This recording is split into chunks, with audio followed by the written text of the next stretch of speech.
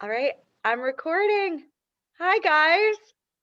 Hello, greetings. Hey, It's weird to see y'all back over Zoom again after getting to be in person. Uh, uh, for our beautiful viewing audience, hello. We are some of the creatives that worked on the Atlanta Shakespeare Company's filmed production of Othello that will be releasing on February 4th.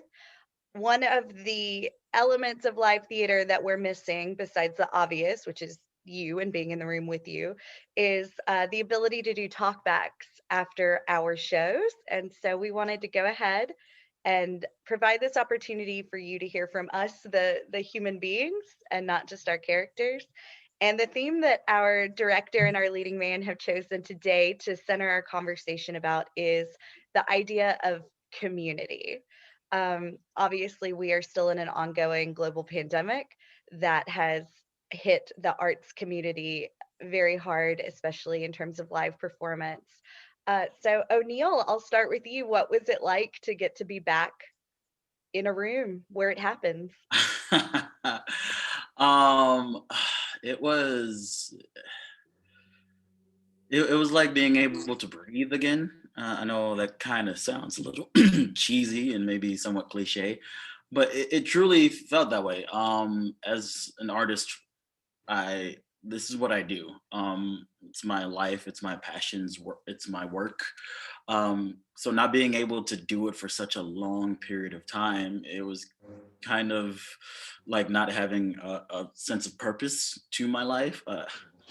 I fell into what I call my COVID hours of just staying up all night till about 8, 9 o'clock a.m. and sleeping through most of the day because naturally I'm just a nocturnal person. So having a purpose, getting to come back and pursue live theater again, or our version of live theater under these circumstances, it was like new breath. It really was. What about you, Charlie? I heard you speak a little bit about your motivations for coming and joining the cast, and it had a lot to do with the people involved. Isn't that right? yeah, I mean, doing art with your friends is the dream. Like so many times when you're in this career, you're just kind of put in a room with a random group of strangers, and you're just like, "Hey, create something intimate." It's like, okay, cool. So to already know that like the people that you're going to be with are people that you've already connected with, you've already had community with for such a long time, to be able to do something so monumental and so touching. Uh, and this era, especially in COVID 2020, was huge. It was phenomenal. Like it just, it's super emotional because you're just like, oh God, we're doing something beautiful together. This guys, do you know this? So you kind of just want to stand there and pull like your best, like Julie Andrews, and just like turn around with your arms open and be like, oh, we're having it. So uh, it was, I was ecstatic. Like for any problems that could even happen in the process, like they're overshadowed because like you're doing beautiful work with beautiful people. Like it doesn't get better than that. This, who knows when something like this will happen again. So like, let's just take it for what it is. It's gonna be awesome. So I loved it. Now, within the Shakespeare Tavern community, O'Neil, I'm sure a lot of our audiences will recognize you as an actor. You've been with us since 2014, 2015. 2015, but you are taking on a new role in our community as a director. How was that? How was that experience? Especially now that, as Charlie pointed out, a lot of us are friends, so you had to be the boss. How was that? There were days where I felt like a fraud, and not because I've never directed before. So I've directed at other places, and I even like run a side company where I direct often. But it's I personally I value each one of their talents so much, and getting to share the stage with them so often. I know what they can do, and I also can see the potential for what they can do. So when they're on stage, and as actors, we have, this rule that we're not supposed to really give each other notes. So to then switch hats and put on director hat, it's like, well, now I can give you notes, and you are supposed to take them. So at times I would feel like, who am I to give this person a note when I know how brilliant they are as an actor? But other times I felt that, oh, it's my duty to give you a note because I know how brilliant you are as an actor. And I know what you truly are capable of because I've shared that stage with you. I've been in your shoes and I know what your process is or what your thought process is. And I think from my perspective, if I just tell you something in this way, it'll click for you because that's happened to me. So towing that line of friend and director, I kind of had to be able to tell my friends what to do, but in a nice way, so that the friendship doesn't get soured. And it was a brilliant experience. Everyone was very accepting of me, and they took my notes, and I think we put together a wonderful project that I am super proud of. Now, Charlie, you, in terms of leading this community, stepped into the role of the leading man. And something that Laura Cole actually always says is that being the lead is less about the work on stage and more about the work backstage and setting dressing room culture and a standard of professionalism. Did you experience that playing our Othello? Yeah, actually, it was. I mean, keep in mind we're also during this rep like splitting time. So like one day I'm the lead man, and the next day I'm just like side character. So like coming into a room and being like, what am I doing today? Okay, cool. I think I've never felt that kind of pressure before in a space. I didn't know it really existed. I always thought that that's just something that leading actors talk about. But it's true because like you're kind of carrying like the whole arc of the story, and that energy kind of carries backstage. So like a lot of times I was a little more self-aware. I think one of my friends, Jonathan Horn, who's a brilliant actor, mentioned that like some of the best leads know that they're supporting actors. Like they know that they're mainly here to support their cast and be available and open. So like, and that starts backstage. So if I want someone to give me everything that they have on stage, I gotta set a tone and an example that like I'm open and available backstage. And I can be a bit of an introvert, especially when I'm doing like acting. Like I want to be by myself and focus on my lines and try my best to like be in character. But at the same time, there's this beautiful thing of just like having a joke and like playing around with the actors and stuff and feeling this really close-knit community happening backstage. So when you go on stage and you're like delving into these deep, crazy lines, it's just like, oh, this is gonna be so intense. Like they're there, they're looking at you in the eye, they're responding to every little move, every little action. So it truly is a backstage work to make on stage like things happen, especially for a leading actor. So like that was a really cool experience to have. I don't know if I want to have it again, but it was fun in the moment. And so I'm so grateful for that learning experience. So I want to give each of you the opportunity to speak to something that a member of our quarantine did, either on stage or off, that was very memorable to you. Because All's Well is a comedy, I'm sure there were a lot in that that we can speak to next month. But in terms of just Othello, what is the takeaway of something you saw one of our artist colleagues do that you still are thinking about? I'll start with O'Neil. Okay. Man, just one thing. I I remember when we were filming the Sean playing Iago had the then who says that I play the villain speech, and I had given him the note the night before. There are these cups or that we because we're in a bar, and I told him to sit down with the cups and personalize each one, and tell the story of what the manipulation you're going to do and manipulate the cups so that we can see the story as you're putting it together. And he took the note because he came in the next day, and it was funny because we were supposed to have like a little break before we went into that, but it was going so well that we just continued the shot all the way through because I wanted to get as many long continuous shots as possible. And so when we got to that moment, he didn't even really have a chance to get in the zone for it. But I think that ended up serving because it had a more continuous linear flow, so that when we got to that moment and he was doing the speech and manipulating the cups, and then as a director, I was watching it and I was like, oh, please do this next, please do this next. But I couldn't say anything because we're filming. So I was like mentally trying to telepathically tell him to do it. And then he did it. And then I was like, oh, wait, do this, and it'll be perfect. And then I was like, oh, he's not going to do it. And then he did it. And I was like, silently backstage doing like a Tiger Woods, like, after singing a hole in one.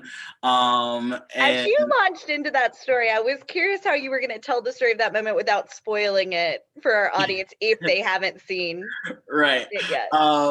So and for me, it was just like a brilliant moment of kind of the director and the actor being exactly on the same page. So everything that I wanted him to do, he did it. Like he had synced into my thought process of what I wanted, and just watching it, it was brilliant. So that after the take, I believe everyone who was in the theater watching it like felt it too and gave him a nice round of applause. And that was for me as a director, I was like, yeah, we did that. He did that. That was such a beautiful coincidence that several of us had just exited into the house, because for the most part, I didn't get to see a lot of other people's filming, but Charlie, Patty, myself, JL, just all happened to be out there. And it was that contained joy of what are we watching happen? And as an actor, I don't often get to experience that live. So yes, Angie. I think the fact that there were people in the house watching fuel the energy of the moment, which just is a testament to live theater versus films, are two different animals. Because when you have a room of people watching, then all their energies kind of pull together, and it's this force you don't really get to see but you feel. So I can't wait till we can get a room full of people back together to do that live. Absolutely. Charlie, what do you have a story to share? I mean, Sean was going to be mine, but no, not that particular one, but like Sean was going to be one of mine. But I was like, let me spread the love. I mean, I often said during and after the process that my Othello wouldn't exist without like certain scene partners. So like Patty as my Desdemona, Sean as my Iago, O'Neil as my director. Like because of those particular people, certain decisions were made as a character that I was able to like have because I felt safe in the space with those people. I think my story is going to go with Patty as Desdemona because she was such a great surprise. Like I've never actually gotten to do a show with Patty. Patty and I worked together many times, but never as like actors in the same space. So it was really cool to have her as like the leading female in the room. And my favorite moment is definitely our intimacy moment that we have right before like everything starts turning. Because I'm naturally just like a kind of happy person. And like, I really wanted like Othello's joy to be very present, like right before he starts being played with Iago.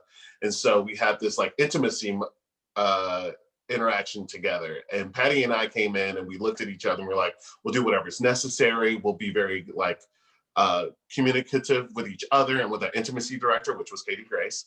And we were just very intentional about like treating each other so like caring in that moment. And I remember getting all like the instructions like, okay, you're gonna put your hand here, then you're gonna put your hand here, and then you're gonna wrap around here, then we're gonna do this thing.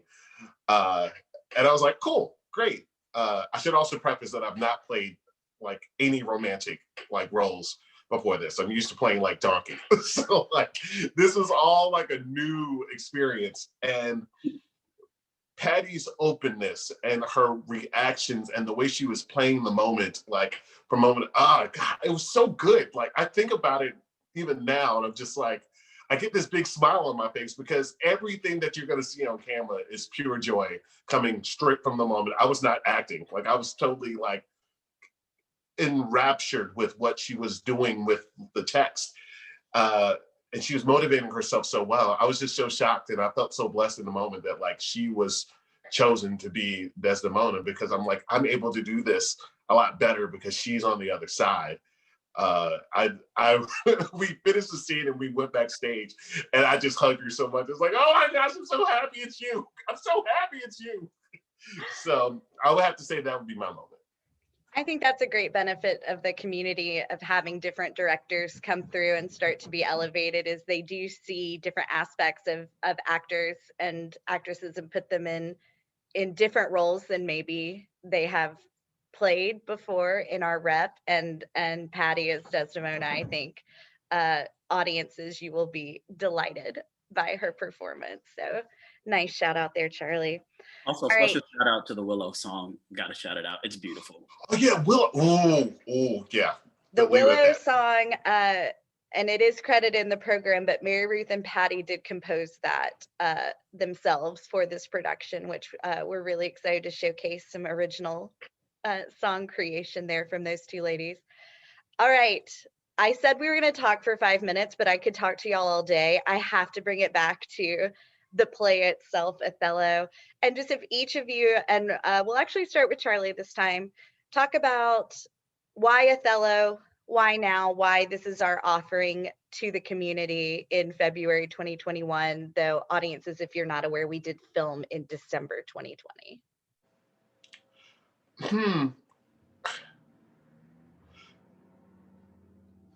Black voices just need to be heard, period. Like, I feel like that's something that should already be understood, but it's not always the case. But when I say Black voices need to be heard, like specifically, like in a particular way, like there's something about doing Othello with a Black director, which I personally have not experienced or seen. And there's something about having other Black people in the cast alongside you to make this like actually fully functional representative world of what we're living in 2020. Like I've seen Othello so many times, and Othello is usually the only Black person, which makes a certain story happen. But when there's other people there and you like connecting with each other, like that's a moment to moment judgment that you're making in those conversations. It's like, how do I react with someone just like me, but in a different like capacity? And then having someone on the other side who looks and talks and acts and has a lot of the same experiences as me makes for a different art process. Like there were times when O'Neil would say things that I would never hear another like another director say. Like, I don't expect a white director to come to me and say, yo, like, he's just disrespecting you in front of your girl, what you gonna do? Like, as like an acting like choice, be like, well, how do you play this? And, you know, that was very clear to me. You know, to be able to have these moments where like, obviously Othello is Black and he's having a Black experience in a show with white people alongside him. And to have someone on the other side who also has had those Black experiences be able to see you in your moments, in your efforts and say, that's great. Can we go a little bit further? Can you take that a step back? Can we make that more clear? Like that was huge. Like that doesn't happen. Like I've been acting since 2001. O'Neil is my second Black actor I've ever had, director I've ever had. So like that was huge for me. And sadly, it took until 2020 for it to happen, but you know, that needed to happen. So I hope that is something that translates across the screen. I was so absorbed in what you were saying, I didn't unmute myself. O'Neil, thank you, by the way, for that, Charlie. That was beautiful. I'm gonna have you with our final answer of this talk back, O'Neil. We're gonna end it with you, so feel free to end with a little plug for the show if you want to, too. Man, I don't even really know what else to add. Thank you, Charlie, for your words, man. That was brilliant. You said it very well. The only thing I would add is that going into this story, I didn't want it to only be a story about race and color. The cast is very diverse. We have half BIPOC, or maybe even more than half. I don't know, have the number in my head. It might be half and half. Actually, there's 9 actors, so I don't even know if it's more than half. Yeah, it's more than half. See, there you go. I can't math. That's what I act. Anyways, I was focused on, you could tell this, you can look at the same footage and see whatever story you wanted to see. Um, and what I mean by that is you can just take these beautiful, talented actors and characters for who they are as people and just listen to the words and have that story. And to see that Iago is manipulating Othello, there's Desdemona, there's Bianca, there's these just people acting and living truthfully. Or if you wanted to, you could see that Othello is black, but then also the Duke of Venice is black, and Lodovico is black. These positions of high power, you can see that Iago is passed up for promotion by another person who is black. You can see that the former person in charge of Cyprus is a BIPOC artist or a BIPOC character. You can see that and realize that maybe Iago's intentions are based on race. And so I wanted to tell that story of, it is racially motivated, because it's in the text. I don't want to ignore that. But also, if that's not your jam, you can just take it at face value and enjoy the story either way. And I think in this day and age, that's what we need most, is we need to highlight it when it's important, and then also treat people just as equal human beings when it's time and appropriate to do so.